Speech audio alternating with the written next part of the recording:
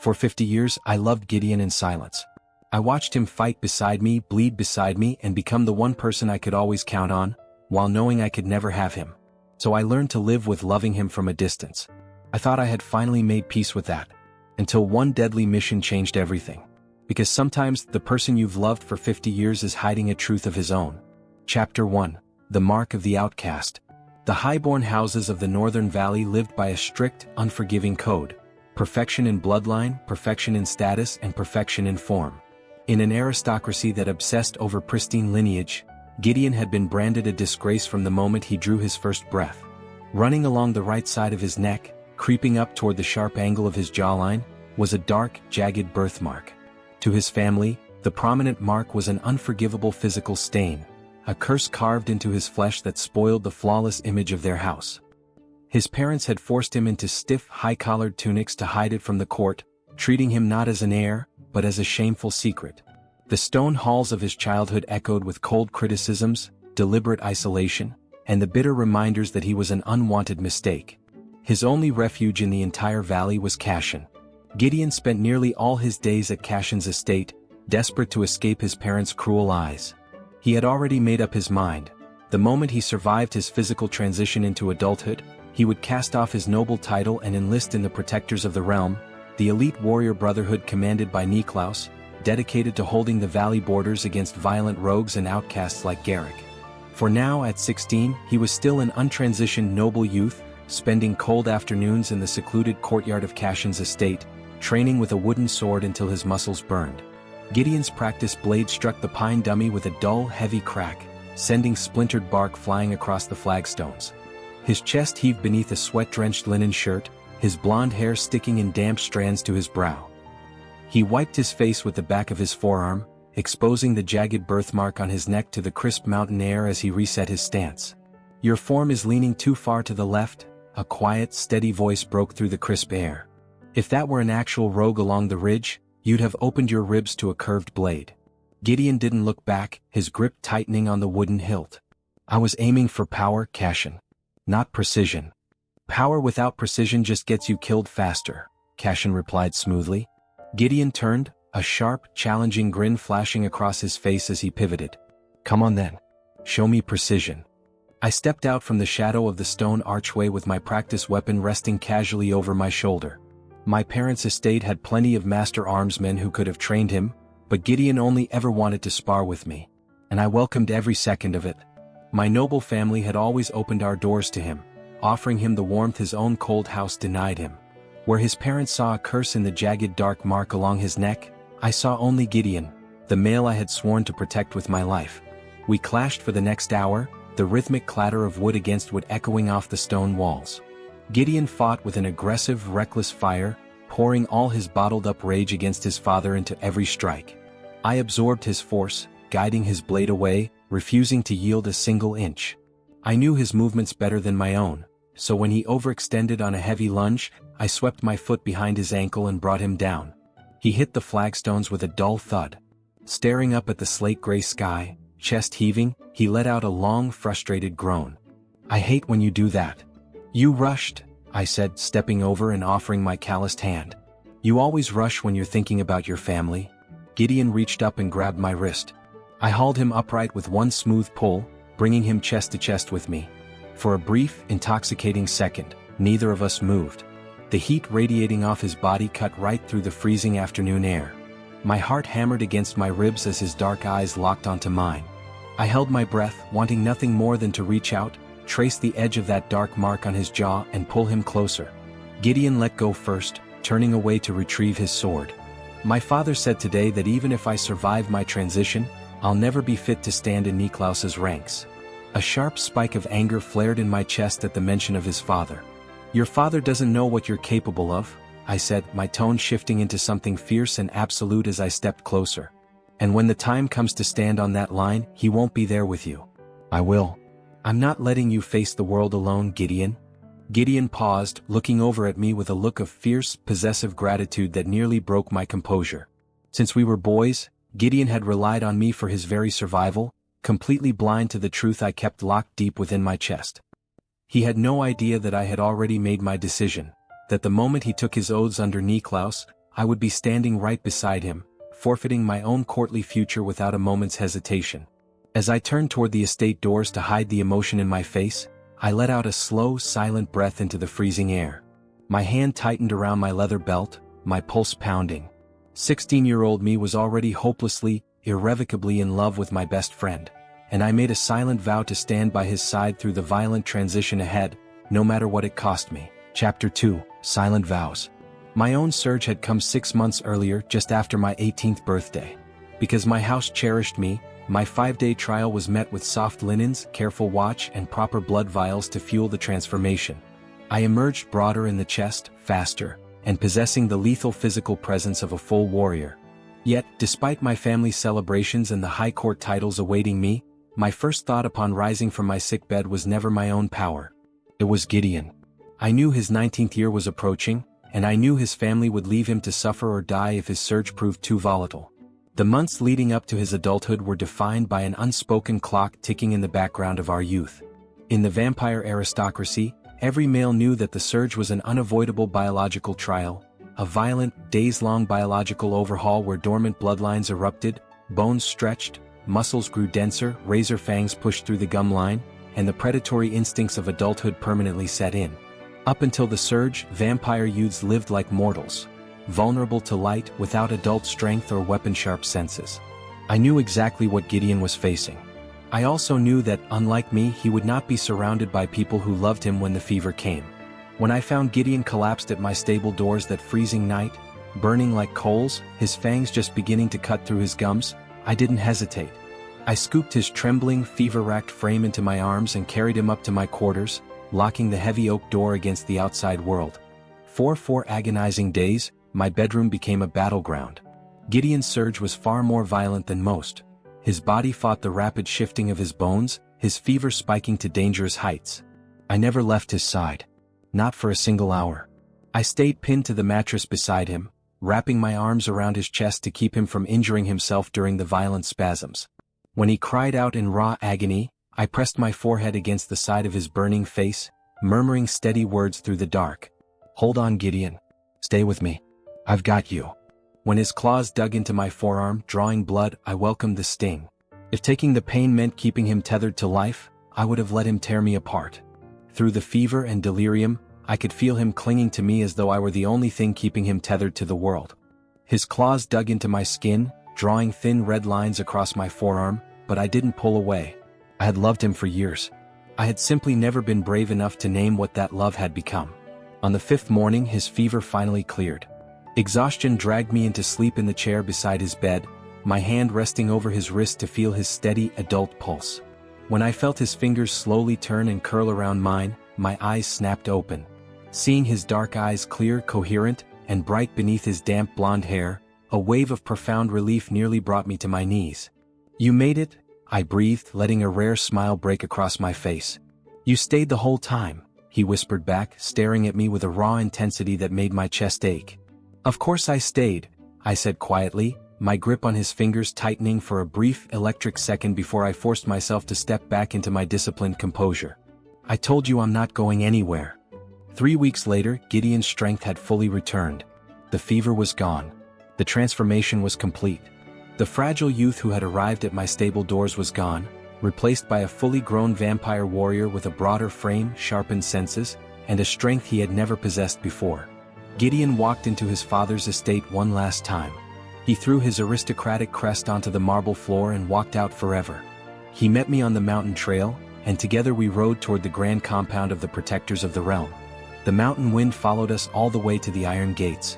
When Commander Niklaus met us there, his gaze moved over our post-surge strength, our heavy iron swords, and our unyielding resolve. He accepted our oaths on the spot. Standing shoulder to shoulder as newly sworn protectors, Gideon felt a surge of dark pride. He was free of his family. He was a soldier now. And beside him stood Cassian, his rock, his anchor, his shadow. The iron gates closed behind them. Neither of them knew then that those gates marked the beginning of something far greater than a military oath. Under Niklaus's command, Gideon and Cassian would grow from newly sworn soldiers into 2 of his most trusted men.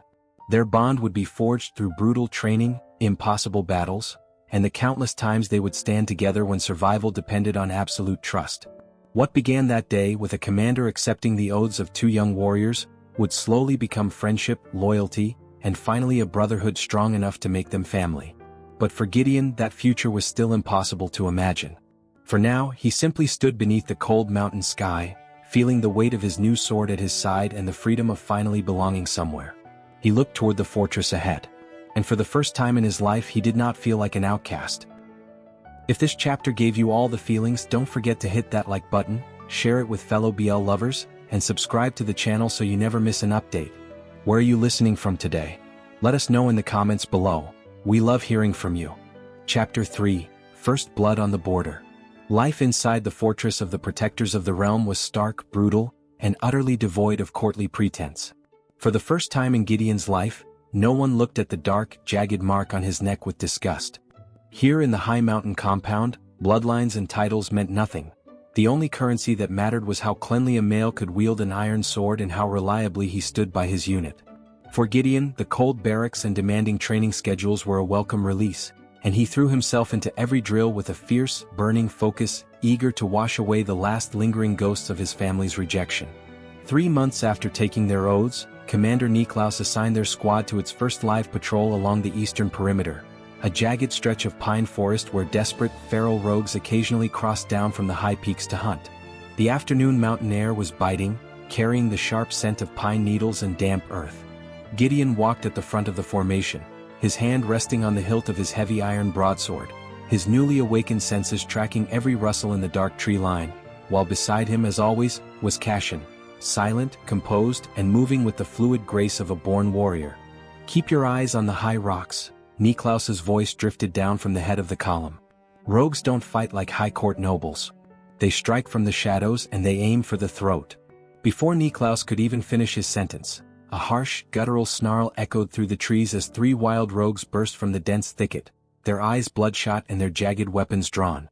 Gideon's pulse spiked with a surge of dark adrenaline, and drawing his broadsword with a rasping metallic sound, he stepped forward to meet the lead rogue head-on.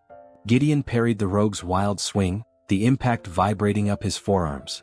Fueled by a desire to prove his worth, Gideon pressed the attack aggressively, driving the rogue back against an overgrown pine tree, but in his eagerness to land a decisive blow, he overextended, stepping too far onto a slick patch of damp moss. Gideon's boot slipped. In that split second, a second rogue lunged out of the brush from his blind side, a curved hunting knife aimed directly for Gideon's exposed neck, right toward the jagged birthmark on his skin. The moment Gideon's heel skidded on the wet moss, Cassian's heart slammed against his ribs. Time seemed to slow to an agonizing crawl as Cassian saw the flash of iron in the second rogue's hand, saw the blade arching directly toward the right side of Gideon's neck, toward the mark he had spent 5 days washing with cold cloths while Gideon burned in his arms. A cold, terrifying fury erupted in Cassian's chest.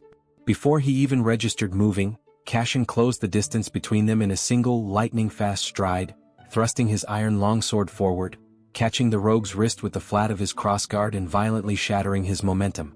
Before the rogue could recoil, Cassian stepped inside his guard, drove his shoulder into his chest, and swept his blade across his throat in one continuous, lethal arc.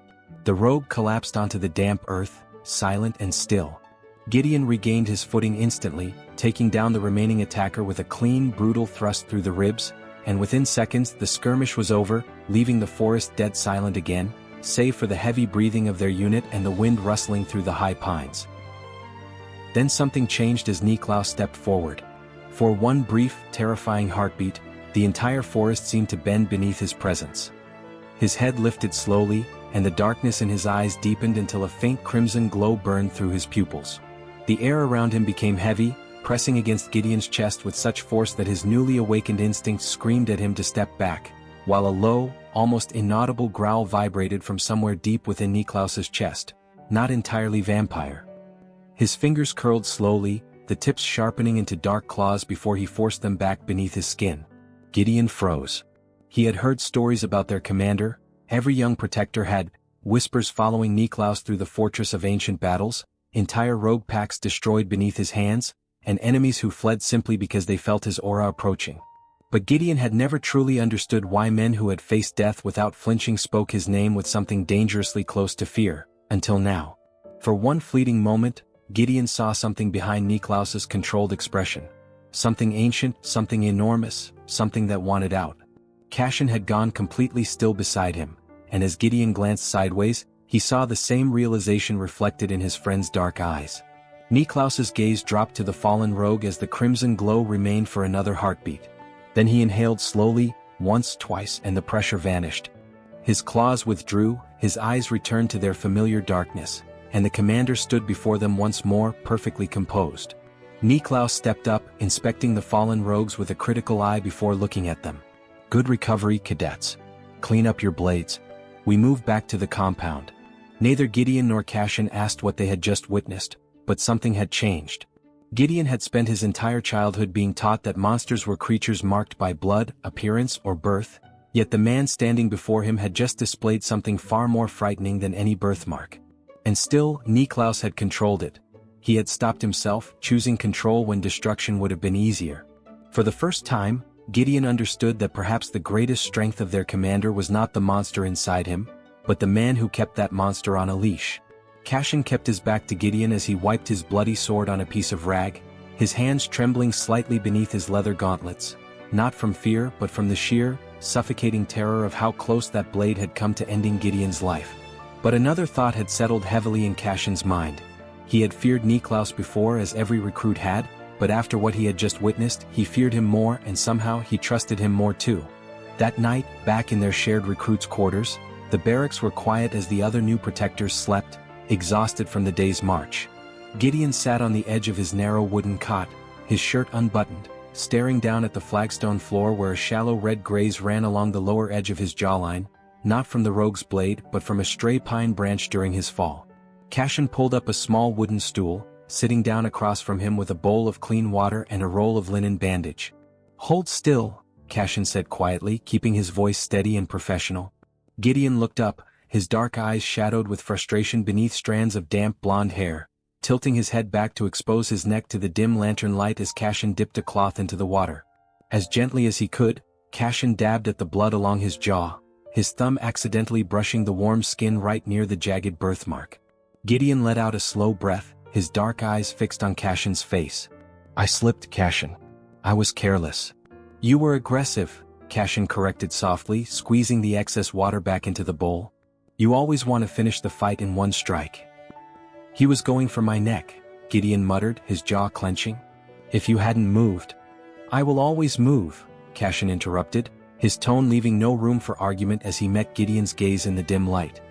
"That's why I'm here, Gideon. I told you, when you're on the line, you don't fight alone." Gideon stared at him for a long, quiet moment, the frustration in his eyes softening, replaced by a deep, possessive intensity that made Cassian's chest tighten. Slowly, Gideon reached out, his warm, calloused fingers wrapping around Cassian's forearm, gripping his leather brace with absolute, silent trust. "I know," Gideon whispered softly. "I know you will."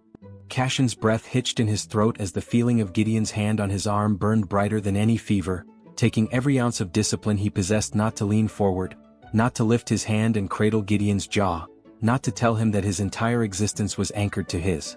Instead, Cassian gave Gideon's shoulder a firm, soldierly pat, slowly stepping back into the shadows of the room to hide the raw emotion on his face. "Get some rest," Cassian said, turning toward his own cot and unbuckling his sword belt. "Niklaus has us on the northern watch at first light." As Gideon laid back against his thin pillow, closing his eyes, Cassian lay in the dark, listening to the steady rhythmic sound of his breathing, watching the mountain wind catch Gideon's blonde hair as it blew past the open window. Cassian pulled his blanket up, staring at the cold stone ceiling, his mind already bracing for the years of war ahead of them. 50 days or 50 years, Cassian swore silently into the quiet night, "I will be your shield." Chapter 4. 50 Years in the Shadows. 50 years had passed since Gideon and Cassian took their oaths at the mountain fortress, transforming them from green noble cadets into two of Commander Niklaus's most lethal and feared senior lieutenants. On the battlefield, the two were an unstoppable, synchronized force, reading each other's movements without a word, their broadswords carving through rogue forces along the border with terrifying precision. 50 years of blood and steel had turned the dark, jagged mark on Gideon's neck from a noble family disgrace into a terrifying symbol of death to any enemy along the northern ridge. Yet, despite 50 years of honor, title, and martial glory, the ghosts of Gideon's childhood had never left him. The deep-seated self-loathing rooted in his family's rejection still festered beneath his skin. In his mind, no number of victories under Niklaus could scrub away the tainted blood his parents had condemned. He convinced himself that he was inherently broken, good for slaughtering rogues on the line, but entirely unworthy of real warmth, nobility, or lasting happiness.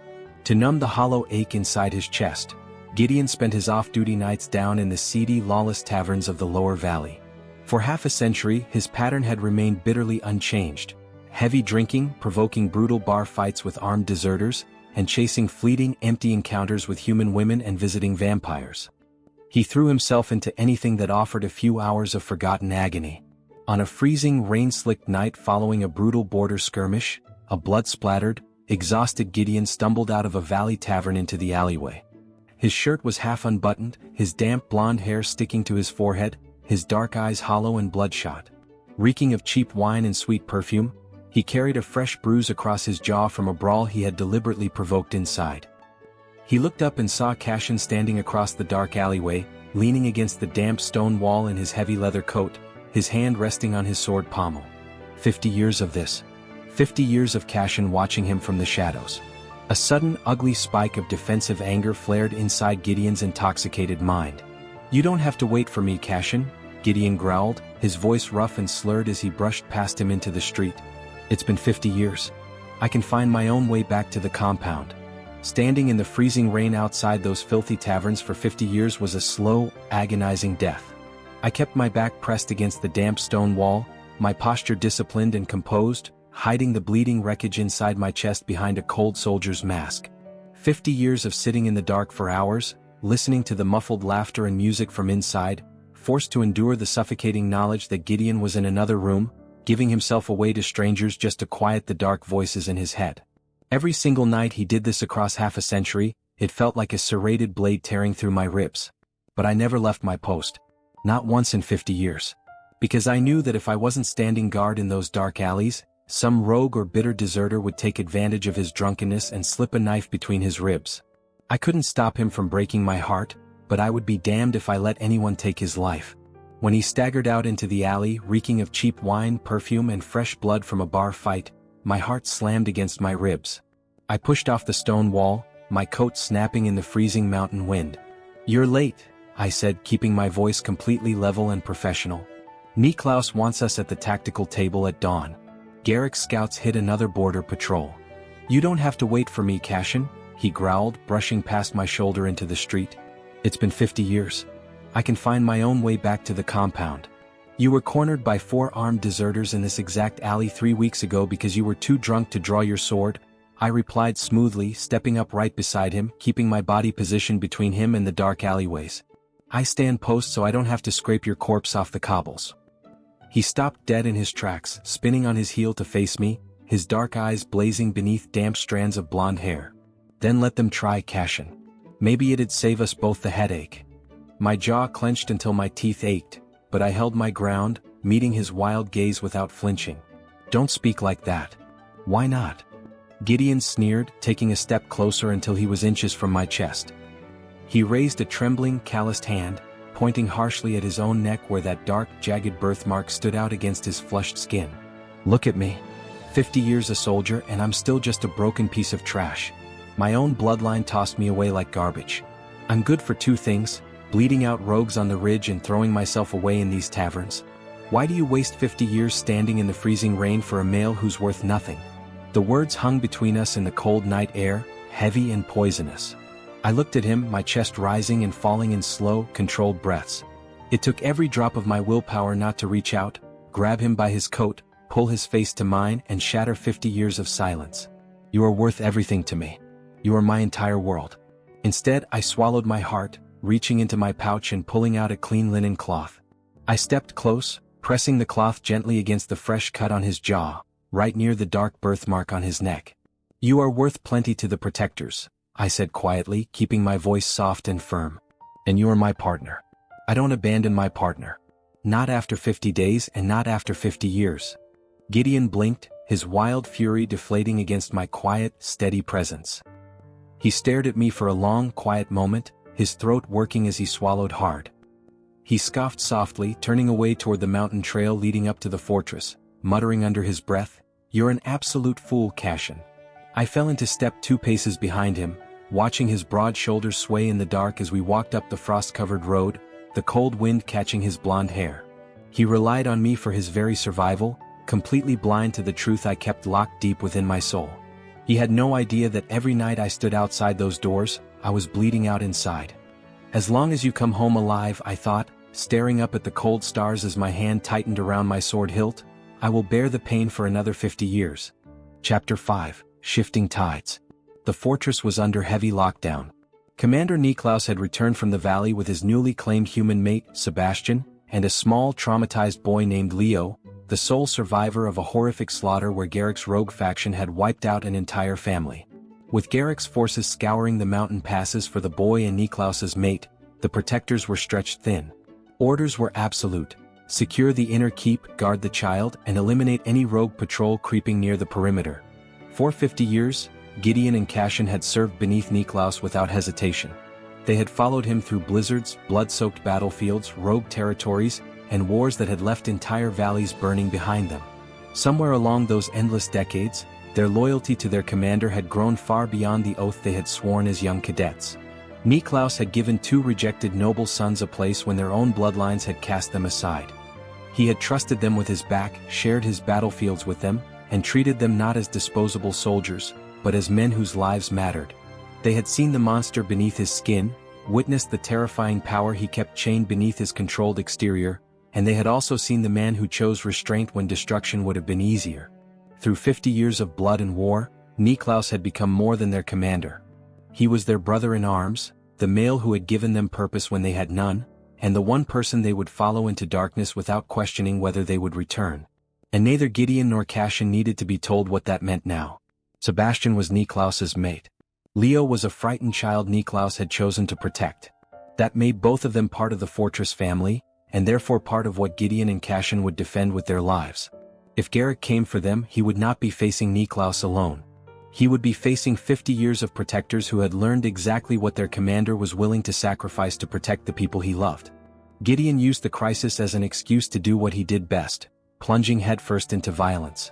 While Cassian and a squad of senior protectors remained behind to fortify the main courtyard and keep watch over Leo and Sebastian, Gideon took a small strike team directly into the freezing woods. He didn't care about tactical caution or defensive holding lines. Driven by the familiar dark itch under his skin, he charged into the dense pine thickets, seeking out Garrick's scouts with a desperate, bloodthirsty fervor. The skirmish along the northern ridge was a bloody mess. Gideon fought like a male possessed, parrying blades with reckless abandon, taking unnecessary risks just to feel the sting of iron against his flesh. By the time his squad drove the rogues back over the frost-covered rocks, Gideon was drenched in black rogue blood and his own. A deep, jagged slash ran down his forearm, and 2 cracked ribs throbbed painfully with every breath he took. Wiping his bloody broadsword on his cloak, Gideon limped back through the iron gates of the compound. As always, he expected Cassian to be standing by the archway with clean linens, water, and that familiar, intense dark gaze waiting to patch him up. Instead, as Gideon crossed the inner courtyard, he froze. Near the armory entrance stood Cassian. But he wasn't alone, and he wasn't looking for Gideon. Tristan, a handsome, capable senior protector who had joined their ranks a decade ago, was standing close to Cassian, a hand resting lightly on Cassian's shoulder. Tristan was speaking softly, his eyes fixed on Cassian with clear, open interest. Gideon stopped in his tracks, his heart giving a strange, uncomfortable lurch in his chest as he watched Cassian gently nod, a quiet, resigned expression on his face as he accepted whatever Tristan was offering. 50 years of standing in the rain. 50 years of watching the male I loved throw himself away on strangers, tavern brawls and suicidal battles, all because he couldn't let go of his own self-loathing. Inside the keep, little Leo was asleep wrapped in heavy woolen blankets, guarded closely by Niklaus and his mate. The boy's presence was a quiet, solemn reminder of what real loyalty and protection meant. And standing there in the quiet courtyard, watching Gideon march back through the gates, bleeding, bruised, and wearing his injuries like a badge of pride, something inside me finally snapped. I was exhausted.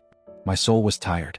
I couldn't keep bleeding out for a male who refused to be saved, who treated my 50 years of devotion like an invisible background fixture while he destroyed himself. "He's back," a smooth voice said from beside me. I turned my head to see Tristan stepping up beside me near the armory archway. Tristan was a fine warrior, disciplined, kind, and for the last few years, he had made no secret of his attraction to me. He had asked me more than once to join him in his quarters, to leave behind the ghost I was chasing. "He's injured again," Tristan noted softly, his dark eyes trailing toward Gideon, who was standing across the courtyard staring at us. Tristan looked back at me, placing a warm, steady hand on my shoulder. "How long are you going to keep doing this to yourself, Cassian? You deserve someone who sees you. Someone who wants to be whole with you." I looked at Tristan's hand on my shoulder, then looked across the yard at Gideon. Gideon was watching us, his jaw clenched, his dark eyes flashing with a strange, possessive confusion. For 50 years, he had taken for granted that I would always be his shadow, always be waiting in his quarters with bandages and silence while he nursed his self-loathing. Not anymore. I turned back to Tristan. I didn't smile, but for the first time in half a century I didn't pull away either. "I'm off watch at midnight," I said softly, my voice steady, closing the door on 50 years of unrequited pain. "I'll come to your quarters then." Tristan's eyes brightened with genuine warmth, his fingers giving my shoulder a gentle, affectionate squeeze. "I'll leave the lamp lit for you, Cassian." As Tristan walked away into the barracks, I turned and met Gideon's gaze across the courtyard. He took a step toward me, his hand clutching his bleeding arm, opening his mouth as if to demand where I was going, where my bandages were, why I wasn't stepping up to take care of him. I didn't say a word. I simply gave him a cold, distant soldier's nod, turned my back on him, and walked away into the shadows of the keep. "I swore to be your shield," I thought, the cold mountain wind biting at my face as I walked up the stone stairs. "But I never swore to let you destroy me." Chapter 6. The Love He Couldn't Bury. Moving out didn't happen with a dramatic confrontation or an echoing door slam. Cassian simply packed his single trunk, gathered his sidearms, and vacated their shared barracks quarters before dawn. When Gideon woke to find the narrow wooden cot across from his cold and stripped bare, a strange, suffocating silence settled over his chest. At first, Gideon was furious. He convinced himself it was a passing streak of defiance, a petty attempt by Cassian to teach him a lesson. But as the weeks bled into months, the missing routines began to erode Gideon's composure. There was no shadow waiting at the compound gates when he stumbled back from the lower valley taverns. No bowl of warm water and clean linen set out on the table. No quiet, intense dark eyes tracking his every move across the training yard. When Gideon attempted to provoke him, stepping into Cassian's path in the corridors or making sharp, mocking remarks about his new living arrangements, Cassian didn't fight back. He remained polite, professional, and entirely distant. He spoke to Gideon like a fellow lieutenant, nothing more. Gideon's reckless behavior spiraled, but the high-stakes thrills felt hollow. He threw himself into perimeter skirmishes, taking unnecessary risks and pushing far beyond the point of reason, as though some buried, desperate part of him were still waiting for Cassian to break through that cold professional distance and come running. Cassian never came. It was always the compound medics who patched Gideon up while Cassian stood meters away, reporting directly to Commander Niklaus. Then came the third month after Cassian moved into Tristan's quarters. It began on a night heavy with fog.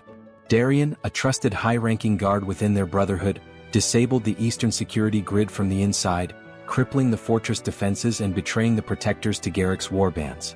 The iron gates blew inward with an explosive, deafening roar. Chaos swallowed the compound. Feral rogues flooded the courtyards, slaughtering guards in the fog. Driven by his instinct for self-destruction, Gideon drew his broadsword and charged straight into the thickest mass of enemies near the lower armory. Fighting 3 heavily armed rogue lieutenants at once, Gideon fought with terrifying, desperate aggression. But without Cassian covering his flank, a rogue's broad axe shattered Gideon's guard, biting deep into his side and cutting through mail and flesh, spilling dark blood across the flagstones as Gideon collapsed to his knees. Living with Tristan was quiet, warm, and gentle, everything Cassian's life with Gideon had never been. Tristan treated him with a quiet reverence. They shared a room, quiet meals by the hearth, genuine affection, and moments of soft intimacy in the dark. Cassian cared for him deeply, grateful for the peace he brought into his storm. Yet Tristan was far from blind. He saw the way Cassian's hands clenched into tight fists whenever Gideon marched back into the courtyard bruised and bleeding. He saw how Cassian would bolt toward the balcony the moment the alarm bells sounded, his eyes frantically searching the battle lines for a flash of blonde hair, silently measuring every limp, every bandage, every drop of blood Gideon shed. Tristan knew Cassian still loved Gideon. 50 years of devotion did not simply evaporate because Cassian had changed rooms. But Tristan stayed anyway, hoping that with enough time and patience, the old wound in Cassian's heart would finally close. Then came Darian's betrayal. The moment the security grid failed and the fog turned red with blood, the compound dissolved into a frantic nightmare. Cassian drew his long sword, fighting shoulder to shoulder with Tristan near the inner keep to secure the passage leading to Niklaus, Sebastian, and little Leo. They were holding the line when a desperate scream echoed from the lower armory archway. Through the swirling smoke and blood spray, Cassian saw him. Gideon was down on one knee, his broadsword slipping from his grip as a pool of crimson spread rapidly beneath his side. Two rogues raised their blades above his exposed, defenseless neck, aiming directly for the dark birthmark Cassian had spent 50 years protecting. Every wall Cassian had built over the last few months shattered into dust. His breath hitched, his heart seizing in his chest. Before his mind could calculate the risk, before he could remember his assigned post or the distance he was supposed to keep, his feet were moving. 50 years of instinct erupted with volcanic force. Cassian, wait. Tristan's voice called out over the clash of iron. Cassian didn't stop. He couldn't stop. He abandoned his post, sprinting through the carnage, his long sword swinging in a lethal, blinding arc as he threw himself between Gideon and the descending axes. He parried the first strike with a jarring impact, drove his boot into the second rogue's chest, and swept his blade across both their throats in one continuous, savage display of violence. The rogues fell dead at his boots. Cassian dropped to his knees in the blood-slick snow beside Gideon, his hands trembling violently as he grabbed Gideon's collar and pulled his heavy, pale frame against his chest. Gideon, look at me. Gideon's dark eyes fluttered open, clouding with shock as he looked up into Cassian's face. A weak, bloody smile touched his lips. You came. He rasped, his calloused hand lifting weakly to clutch at Cassian's forearm. I have you, Cassian choked out, his voice breaking as he pressed his hand firmly over the gaping wound in Gideon's side, dark blood spilling over his fingers. I've got you. Hold on. Cassian looked up through the smoke and his chest tightened with a different kind of pain. Tristan was standing 10 paces away at the top of the stone stairs, his blade dripping with rogue blood. He was watching Cassian. He saw the sheer panic in Cassian's eyes, saw the raw, desperate way he cradled Gideon against his chest, the exact same way he had held him for half a century. Tristan didn't look angry. He didn't look vengeful.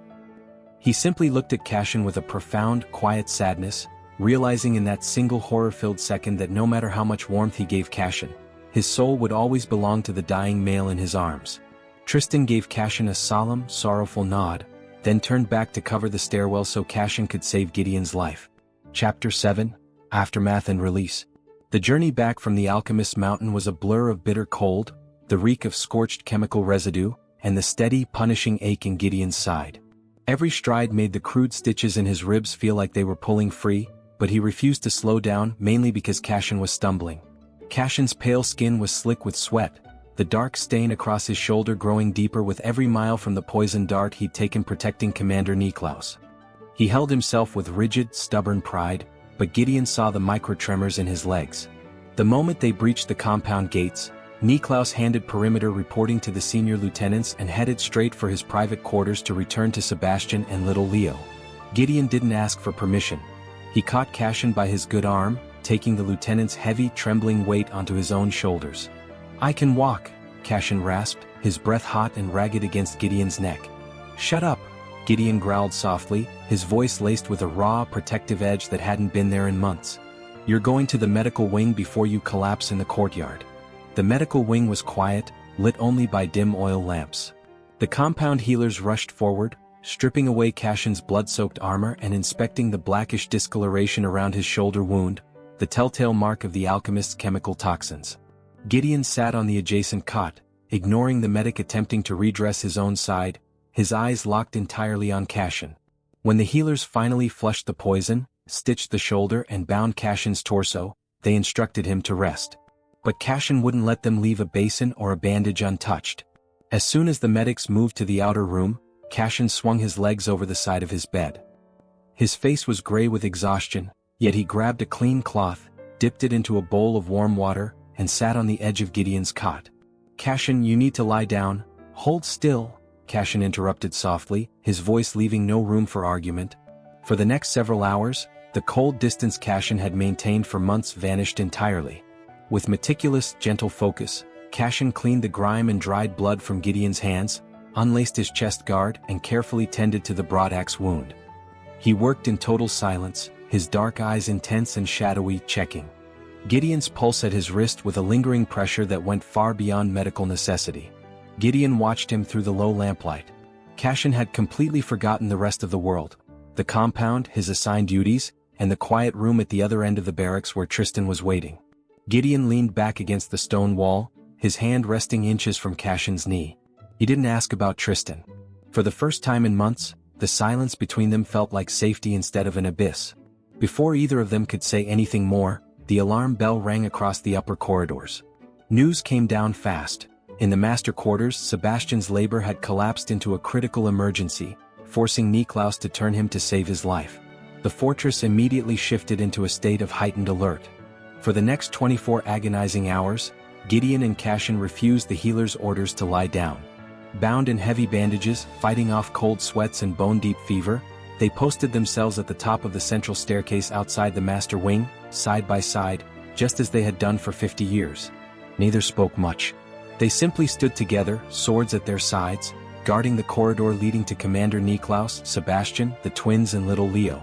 Whatever had happened between them over the past few months, whatever wounds had opened between two males who had spent half a century as brothers in arms, the oath remained. Niklaus was their commander, the protectors were their brothers, and when one of their own was in danger they stood together. Only when the sun broke on the second morning, when Valeria stepped into the hall to confirm the transition was complete, did she physically force them back to the medical wing. It was only then, when Gideon finally fell into a deep, feverless sleep on his cot, that Cassian allowed himself to stop, and reality hit him like a physical blow. His hands were still stained faint yellow from the chemical salves he had been rubbing into Gideon's side. He had spent 36 hours at Gideon's bedside and outside that door. He hadn't reported to Niklaus, he hadn't washed the mountain's ash from his hair, and he hadn't gone back to Tristan. A heavy, sickening weight settled in his stomach. Cassian stood slowly from the stool beside Gideon's bed and pulled the blanket higher over his shoulders. He stared down at the sleeping male, at the faint scar near his jaw, the dark birthmark on his neck, and felt the quiet, undeniable truth of what he was. He couldn't split his soul in half anymore. He left the medical wing and walked down the stone corridors toward the quarters Tristan and he had shared. The winter morning light poured through the tall windows, pale and unforgiving. When Cassian pushed the heavy oak door open, Tristan was sitting at the wooden table near the unlit hearth. He was fully dressed, his leather sidearms neatly strapped to his chest, 2 travel packs resting on the bench beside him. He hadn't been sleeping. He looked up as Cassian stepped inside. There was no anger in his face, no betrayal, just that same profound, quiet grace that had drawn Cassian to him in the first place. "You're alive," Tristan said softly, his voice steady. "Dr. Valerie told us the mountain collapsed. She said you took a blade for Niklaus." "Tristan." Cassian started, but his throat closed up.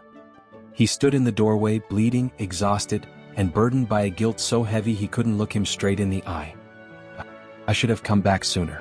After the medics cleared me, You were nursing Gideon," Tristan finished gently. It wasn't an accusation, it was a statement of fact. Cassian swallowed hard, stepping fully into the room and letting the door latch shut behind him. "I'm so sorry. You gave me peace when I had none. You gave me a home when I was hollow. And I let you down." Tristan stood from the table and walked over to Cassian, stopping just a foot away. He didn't touch his wounded shoulder, but his blue eyes searched Cassian's face with unbearable clarity. "You didn't let me down, Cassian," Tristan said quietly. "You gave me everything you were capable of giving. But I knew the truth the moment you left your post at the lower armory. I saw your face when those rogues had Gideon on his knees. You didn't hesitate. You didn't think about the rules or the fortress or me. You just ran to him." "He is your heart, Cassian," Tristan interrupted, offering a small, melancholy smile. "You tried to bury it. You tried to give me a life here and for a few months it was warm. But a man can't live without his heart forever. If I tried to keep you, I would just be watching you die by inches every time he gets hurt." A tear slipped hot and silent down Cassian's cheek. "You deserve someone who gives you their whole soul. Unconditionally." "I do," Tristan agreed softly, reaching up to gently pat Cassian's good shoulder. "And you deserve to stop fighting the truth of what you belong to." He picked up his travel pack from the bench.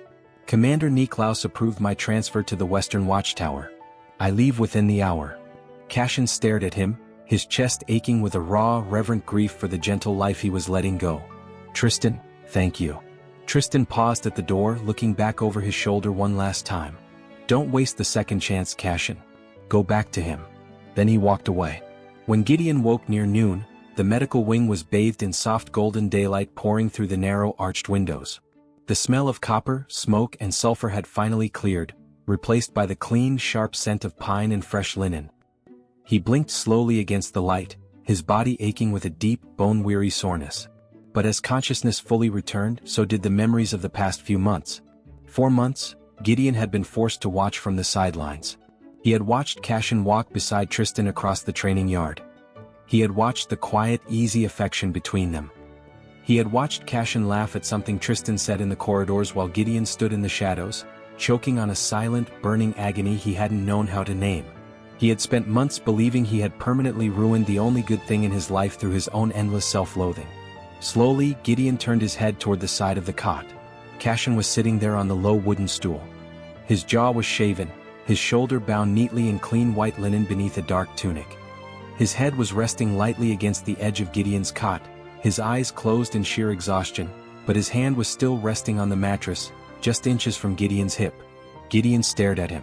A sharp, sudden lump formed in his throat. His heart swelled with an overwhelming, almost terrifying fullness. In that quiet, sunlit room, looking at the male who had stood outside filthy taverns for 50 years, who had bled for him, who had abandoned his post to save his life, and who was sitting right beside him despite everything, the last defenses around Gideon's heart completely shattered.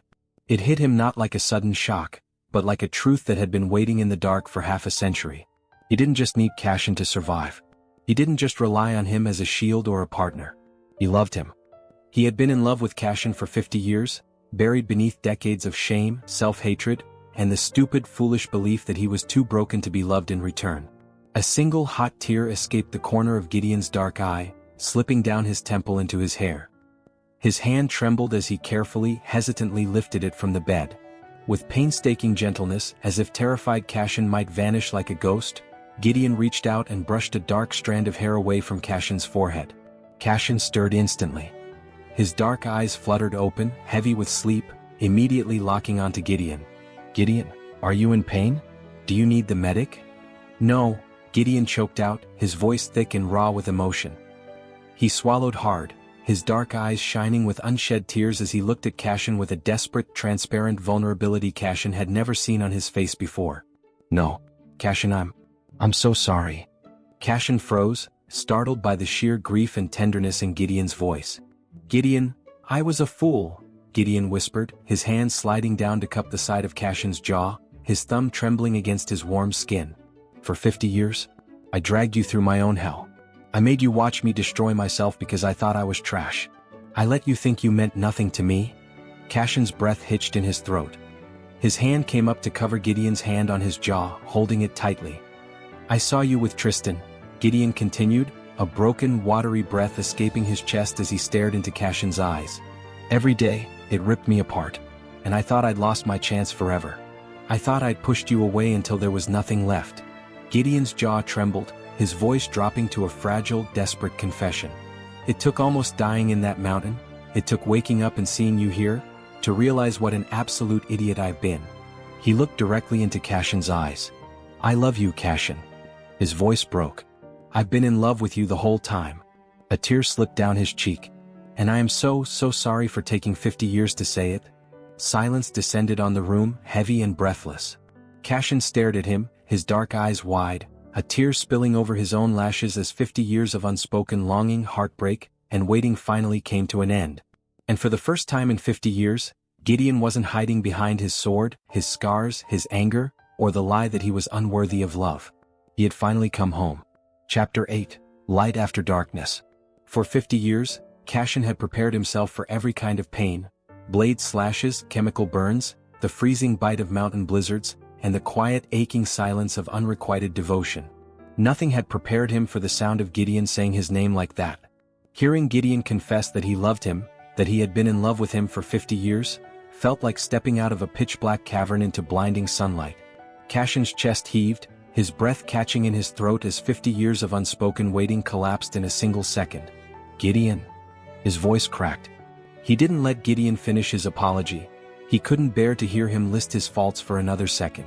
Cassian leaned forward, cupping the back of Gideon's neck with his good hand, and pulled his face to his. When their lips met, it wasn't the tentative, cautious touch of two bruised soldiers.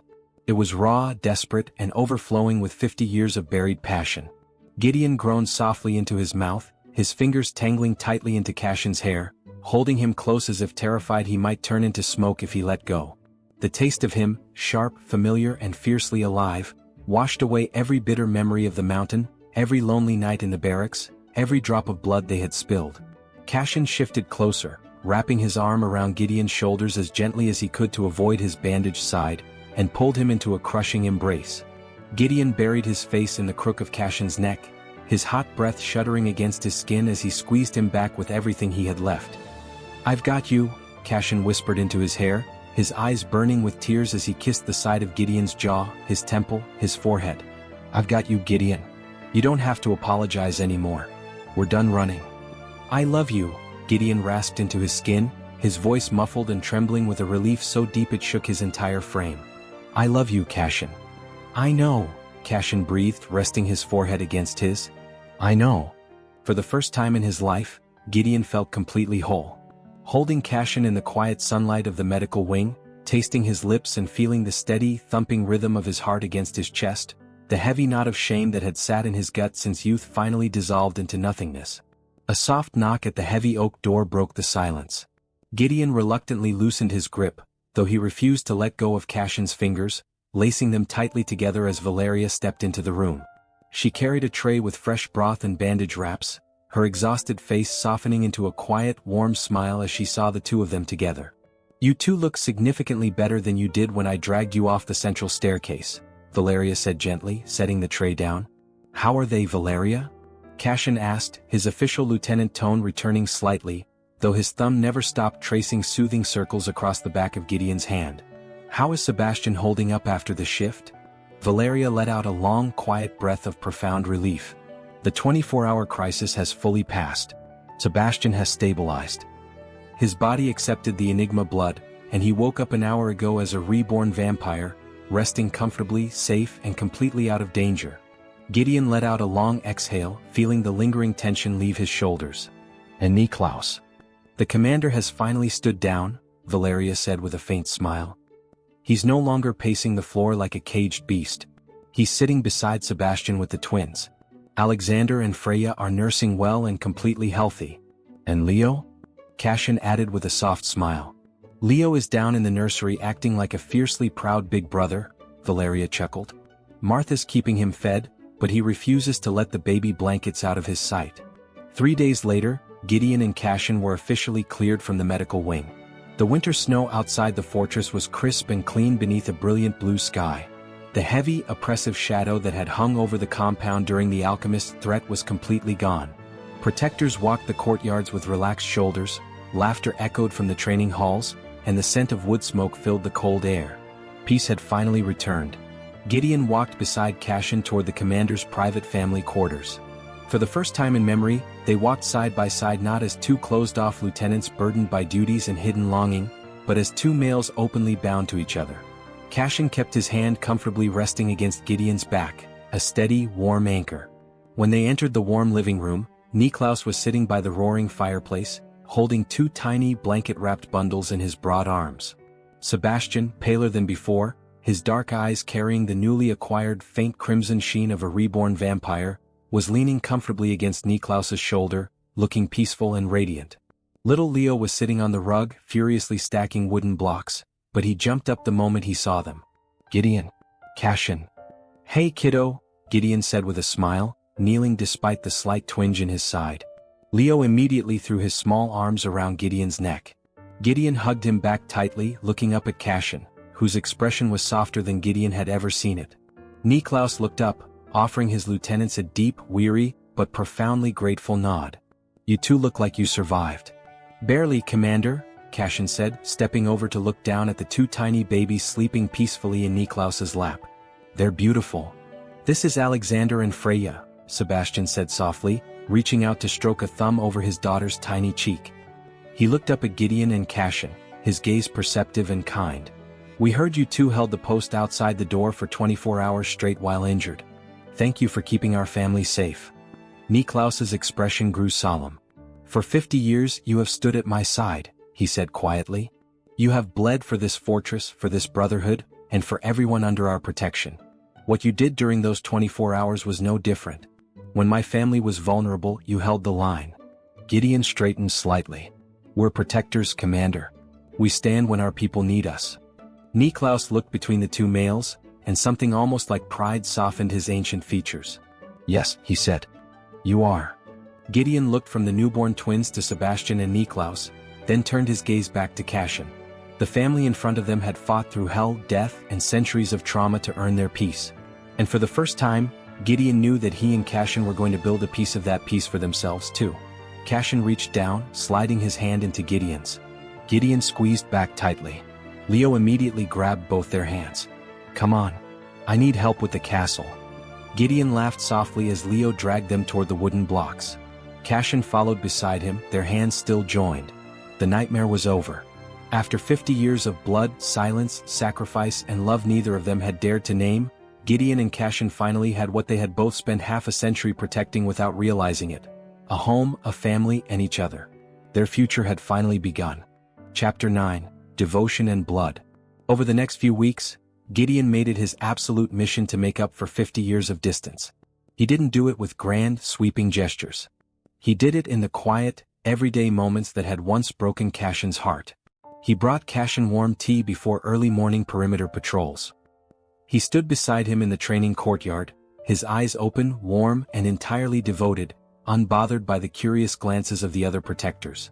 When they walked through the fortress corridors, Gideon's hand would brush against Cassian's, or he would lace their fingers together without a second thought. Every touch was a promise. Every look was an apology for the years Gideon had spent hiding behind his own shame. One evening, after weeks of quiet courtship, Gideon took Cassian's hand and led him out of the fortress entirely. They rode west through the snow-capped mountain passes until they reached the quiet, ancestral valleys where Cassian's family lived. Facing Cassian's family had always carried a quiet weight for them. In the past, Gideon's self-loathing had made him feel as though he could never stand proudly before Cassian's bloodline, as if he were taking something he didn't deserve. But as they walked through Cassian's family's ancient stone halls with Cassian's hand tucked securely in his, Gideon held his head high.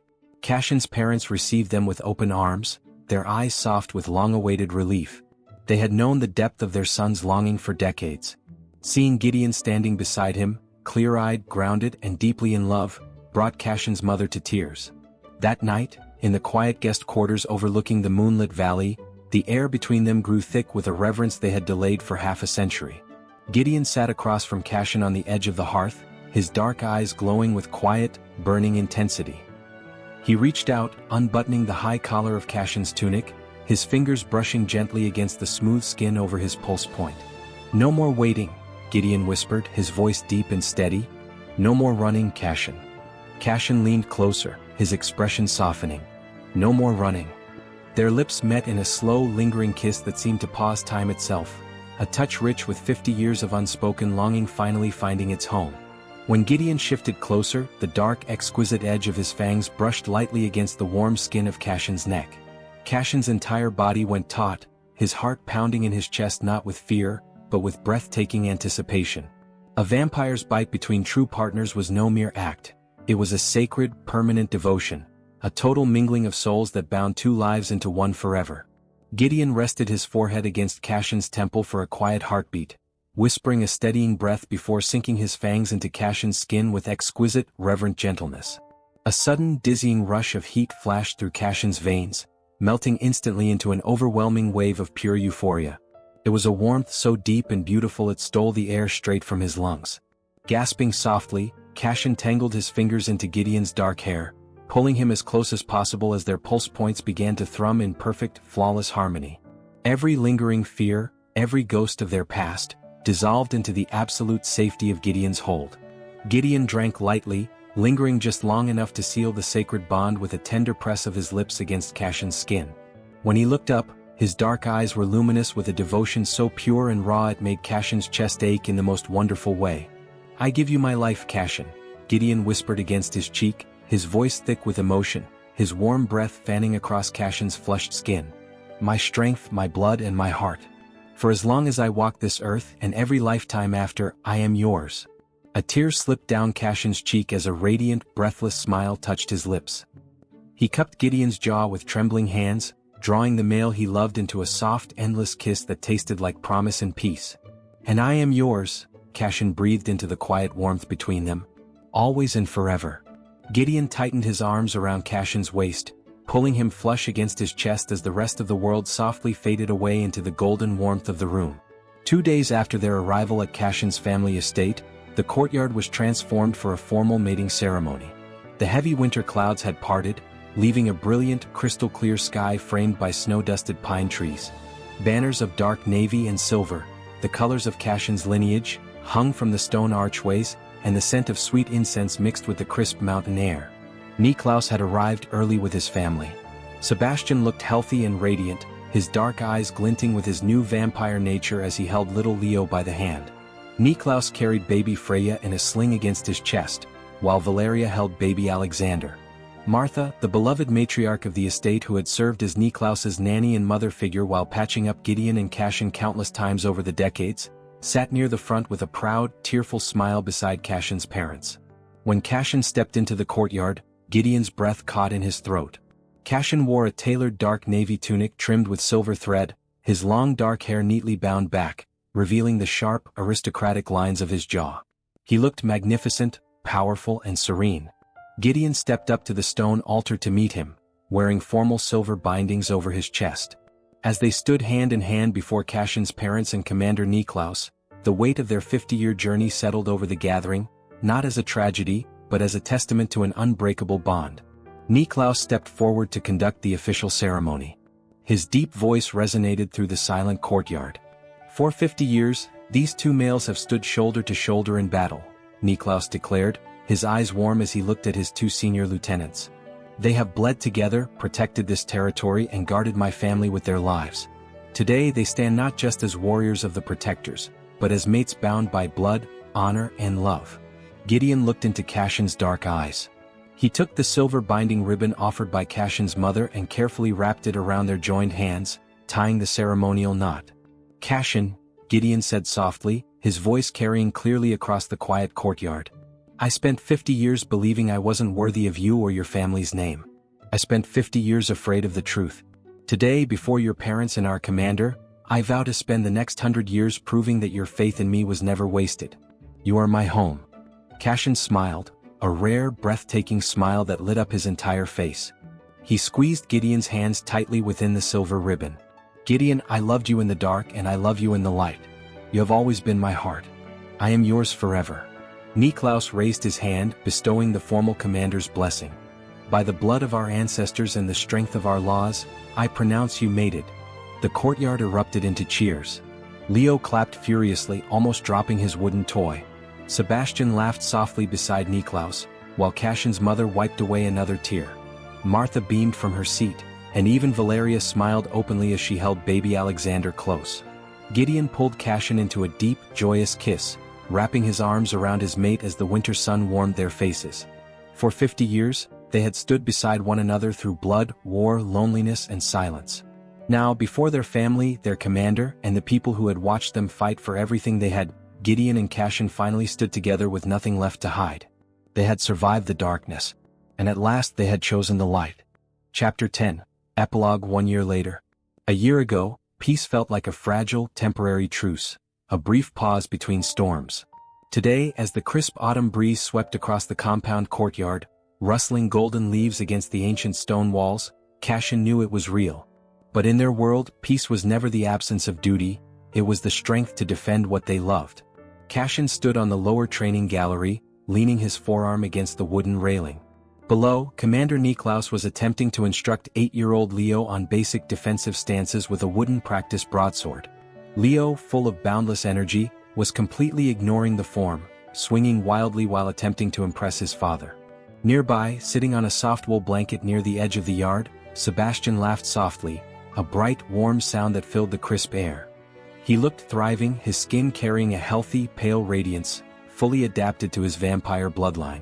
Crawling around him were the twins Alexander and Freya. At 1 year old, they were a whirlwind of giggles and clumsy steps, taking turns tumbling over Sebastian's knees and babbling happily. A warm, steady hand slid over Cassian's waist from behind, pulling him back against a broad, familiar chest. Cassian leaned into Gideon's embrace without hesitation, tilting his head back against his shoulder. Gideon's breath was warm against his temple, his pulse beating steady and calm against his spine, a rhythm Cassian had memorized over 50 years, but only truly got to hold close for the last 365 days. "You're staring again," Gideon murmured softly into his ear, his hand tightening affectionately around his hip. "Just taking it in," Cassian replied, covering Gideon's hand with his own, tracing the silver band on his finger that mirrored the one on his own. "A year ago we were bleeding out in the medical wing. And now we're old married lieutenants watching the commander get outmaneuvered by an 8-year-old, Gideon chuckled, a deep, rich sound that vibrated against Cassian's back. "Life comes at you fast." Gideon smiled, resting his chin lightly on Cassian's shoulder as they watched the courtyard below. The past year had been a complete transformation. They had built a life together in their shared quarters, a place once cold and sparse, now filled with warmth, heavy books, clean linen, and the quiet comfort of two souls who no longer had anything to hide. But the world outside their walls remained as dangerous as ever. Rogues still pushed at the borders, territorial feuds flared in the outer lands, and dark threats constantly tested the compound's perimeter. Yet everything was different now. When Gideon rode out beside Niklaus and Cassian to hunt rogue factions or settle blood feuds, he no longer fought with reckless self-loathing or a desperate wish for death. Gideon fought with fierce, protective precision. He fought because he had a home to return to, a mate to guard, and a family to protect. The protectors under their command no longer saw two distant, tortured senior officers carrying unspoken grudges. They saw an untouchable, unified force. Two lieutenants whose shared strength and open devotion made the compound's defenses stronger than they had ever been. Below them, little Freya spotted Gideon and Cassian on the gallery. She squealed in delight, waving a tiny chubby hand in their direction. "Look who saw you," Cassian said, his dark eyes lighting up with that rare, radiant warmth Gideon lived for. "Come on," Gideon said gently, taking Cassian's hand and lacing their fingers tightly together. "Leo promised he'd show me his new guard block before midday. Then we review the Northern Patrol reports with Niklaus before the evening hunt." They walked down the stone stairs together, side by side, bathed in the soft autumn sunlight. As they stepped onto the courtyard grass, Leo cheered, Sebastian offered them a welcoming smile, and Niklaus tossed Gideon a wooden practice blade with a wry grin. Gideon caught it effortlessly with one hand, never letting go of Cassian's hand with the other. For 50 years, Gideon had fought through darkness, self-loathing, and fear. Rogues would come, feuds would rise, and the realm would always demand their blades. But standing here now, surrounded by family with his mate by his side and centuries of life ahead of them, Gideon knew that no matter what threat emerged from the dark, they would face it together. His heart was finally home. Always and forever. Thank you for listening to Gideon and Cassian's story. I hope you enjoyed their journey as much as I enjoyed bringing their story to life. Thank you for being part of their story, and I'll see you in the next one. Goodbye, heartstrings.